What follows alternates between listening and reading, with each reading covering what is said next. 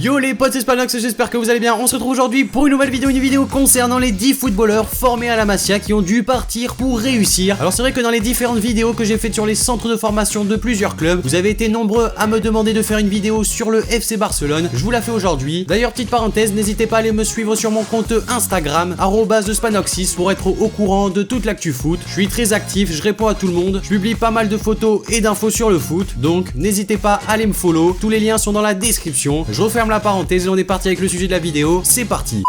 J'ai décidé premièrement de vous parler de Gérard Deulofeu, un pur produit de la Masia. En effet, il a été formé dans le centre de formation du FC Barcelone. C'est un jeune joueur qui a eu quand même pas mal de mal à réussir dans l'équipe 1 et qui a malheureusement pas réussi à se faire une place. Alors c'est vrai que Deulofeu, c'était un joueur que j'aimais plutôt bien regarder jouer lorsqu'il évoluait au Barça B, puisque c'était un joueur qui avait beaucoup plus de responsabilités. Il était vraiment important pour le club du Barça B. Après, lorsqu'il est arrivé dans la première équipe, ça a été beaucoup plus compliqué pour lui, puisque devant il y avait quand même des joueurs assez exceptionnels à son poste. C'est un joueur qui peut jouer soit sur l'aile gauche, soit sur l'aile droite, sur les postes offensifs. Donc à son époque, il y avait des joueurs comme Neymar, Messi bien sûr. Donc il a eu pas mal de mal à s'imposer. Il a fait plusieurs prêts, notamment au FC Séville, où il a montré qu'il était plutôt bon. Et après son retour au FC Barcelone n'a pas été forcément très bon pour lui, puisque les entraîneurs ressortaient toujours un point négatif de son jeu, c'est-à-dire sa difficulté à aller défendre. C'est un joueur qui reste souvent en attaque et qui n'aime pas trop défendre. Et malheureusement, quand on joue sur un 4-3-3, les deux joueurs qui jouent au poste de AG et de AD doivent défendre, sinon c'est beaucoup plus compliqué pour l'équipe lors du repli défensif. Bref, en tout cas, le Barça l'a laissé partir en première ligue à Watford de façon définitive. Et là-bas, on voit quand même qu'il a beaucoup plus de responsabilités, que ça reste un joueur quand même beaucoup plus important pour le club que ce qu'il n'était au FC Barcelone. Et c'est bien mieux pour lui puisqu'il pourra beaucoup plus jouer et avoir également plus de confiance. Donc j'espère que dans le futur, il réussira à devenir un très grand joueur à ce poste-là. On enchaîne avec Marc Bartra, le défenseur central espagnol. Alors lui aussi a eu beaucoup de mal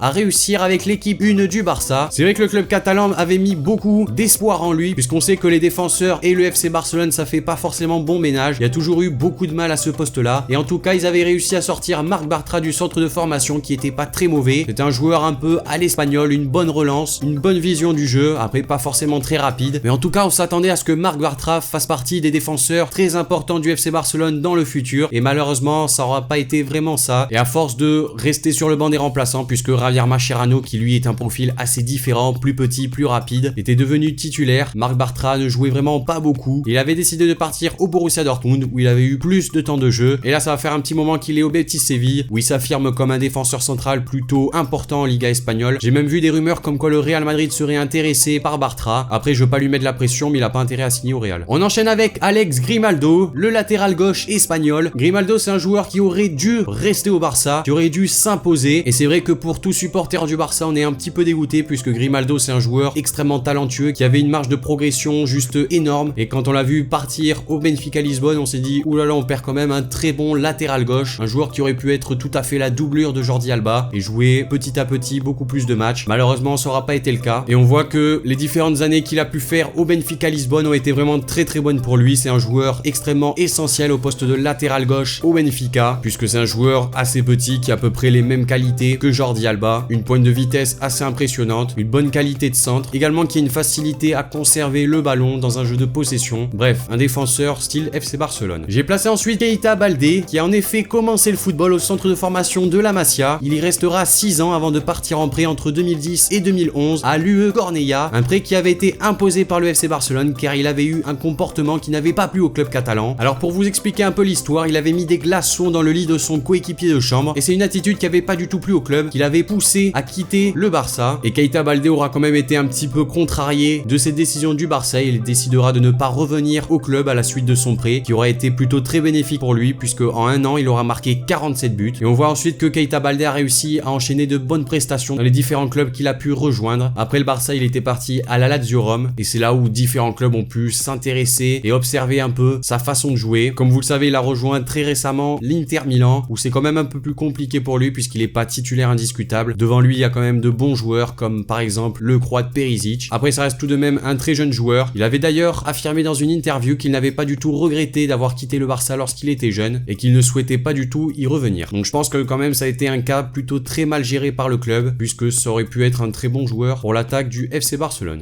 À 9 ans, t'as réalisé ton rêve? Oui, Jouer pour le Barça? oui. Avec 9 années que Barcelone a appelé comme ça, c'est un songe, un dream. Un rêve. C'est une chose incroyable. Mais tu as eu le caractère, tu as eu la personnalité de dire non au Barça, de dire je m'en vais à 16 ans. Oui. Pourquoi? Oui. C'est pas une chose normale. Je pense un garçon, il regarde Barça et il dit... Et comme ça, il va tout de suite. Mais moi, j'ai pris la décision de retourner pas au Barça et d'aller en Italie parce que j'avais une bonne offerte de la Lazio. J'ai fait comme un casino, all-in. C'est pour marcher bien, c'est pour marcher mal. On a ensuite Mario Balotelli, peu de monde le sait, même si c'est vrai que j'en ai parlé plusieurs fois dans mes vidéos, mais Super Mario est passé par le FC Barcelone. En l'espace de quelques rencontres avec les équipes de jeunes, il aura fait parler son sens du but, 8 buts en 3 matchs, mais non retenu par le club catalan, c'est à l'Inter Milan qu'il est parti faire sa formation. Désormais à Nice, le fantasque attaquant italien aurait pu arborer les couleurs Blaugrana. Après je vais vous dire la vérité, je suis pas forcément extrêmement déçu que Balotelli ait pas continué dans le club du Barça, puisque c'est un joueur dont je suis pas forcément fan de son style de jeu et encore moins de sa mentalité. Je sais pas s'il aurait vraiment percé dans le football en restant au Barça. J'ai décidé ensuite de rajouter Pepe Reina, qui reste quand même un des tout meilleurs gardiens espagnols, et malgré qu'il se soit construit un nom à Villarreal puis à Liverpool avant de briller au Bayern ou encore à Naples, le gardien espagnol a été formé au Barça même s'il n'a jamais vraiment eu sa chance de jouer. À l'époque, personne n'a souhaité lui donner sa chance puisque devant lui il y avait Victor Valdés. En fait, les deux étaient en concurrence pour le poste de numéro 1 et Pepe Reina n'avait pas apprécié que le Barça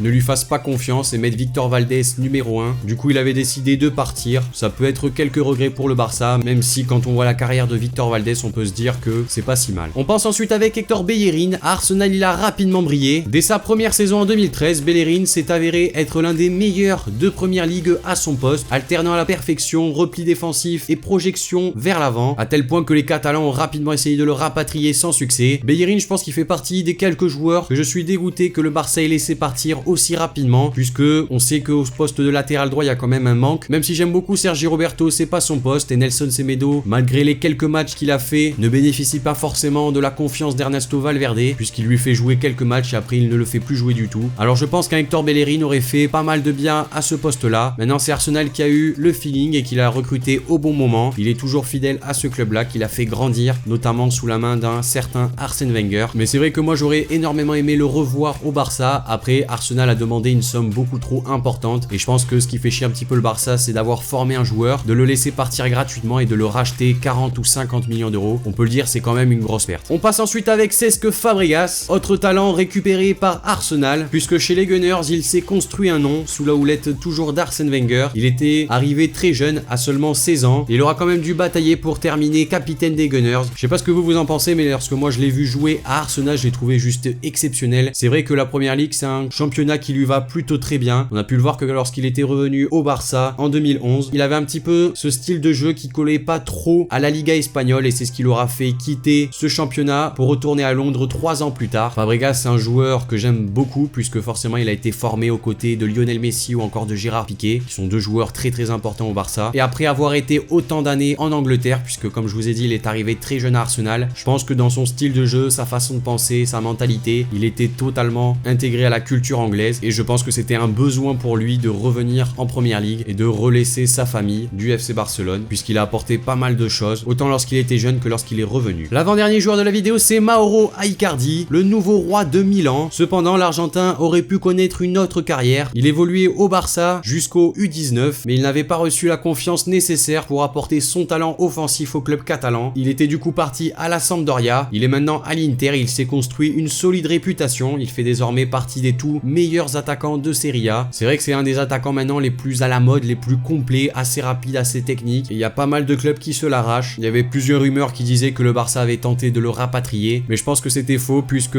Icardi était sorti dans les médias en disant qu'il n'avait reçu aucune offre et que son idée n'était pas du tout de revenir au Barça. Après, on a pu remarquer quand même au niveau de ses conférences de presse qu'il n'a pas beaucoup d'amour avec ce club. Comme je vous disais, lorsqu'il était jeune, ils lui ont pas fait confiance et que vous le vouliez ou non, l'Argentin garde toujours cette petite rancœur en tête. Et on termine la vidéo avec le joueur joueur qu'il n'aurait jamais fallu vendre, il s'agit de Thiago Alcantara. C'est sans aucun doute le plus grand talent perdu par les supporters et la direction catalane. Intégré au groupe professionnel, le milieu de terrain n'a pas apprécié son temps de jeu, il avait décidé de partir en Allemagne. Si les Blaugrana ne désiraient pas s'en séparer, le Bayern Munich de Pep Guardiola avait levé sa clause de seulement 25 millions d'euros. Alors c'est vrai que moi c'était un joueur que j'aimais énormément voir jouer, que je voulais voir grandir au club, puisque c'est un joueur qui a été formé au Barça, et un joueur surtout qui avait la possibilité de briller dans son club formateur par rapport à ses qualités. Il a eu la possibilité d'évoluer aux côtés de joueurs comme Iniesta, Xavi, qui sont probablement les tout meilleurs milieux de terrain au monde, et je pense que cette petite phase de formation avec ces deux grands joueurs ont fait le joueur qu'il est aujourd'hui. Également les différentes notions qu'il a pu apprendre à la Masia. Par rapport à tous les joueurs que je vous ai présentés dans la vidéo, c'est vraiment le joueur dont je suis le plus triste qu'il ne soit plus au Barça, puisque forcément on voit petit à petit, année après année, que le Barça possède de moins en moins de joueurs formés au club, surtout quand on voit les différents joueurs que je vous ai présentés, Thiago Alcantara, Bellerin ou encore Icardi, qui sont encore de jeunes joueurs et qui auraient pu totalement rester au Barça et faire grandir ce magnifique club. En tout cas, il est toujours au Bayern, en train de faire de bonnes saisons et s'affirmant comme un des tout meilleurs milieux de terrain de Bundesliga. Mais je pense que si vous demandez à un Blaugrana quel est le joueur formé au club qu'il regrette le plus, il y a de fortes chances qu'il vous réponde Thiago Alcantara.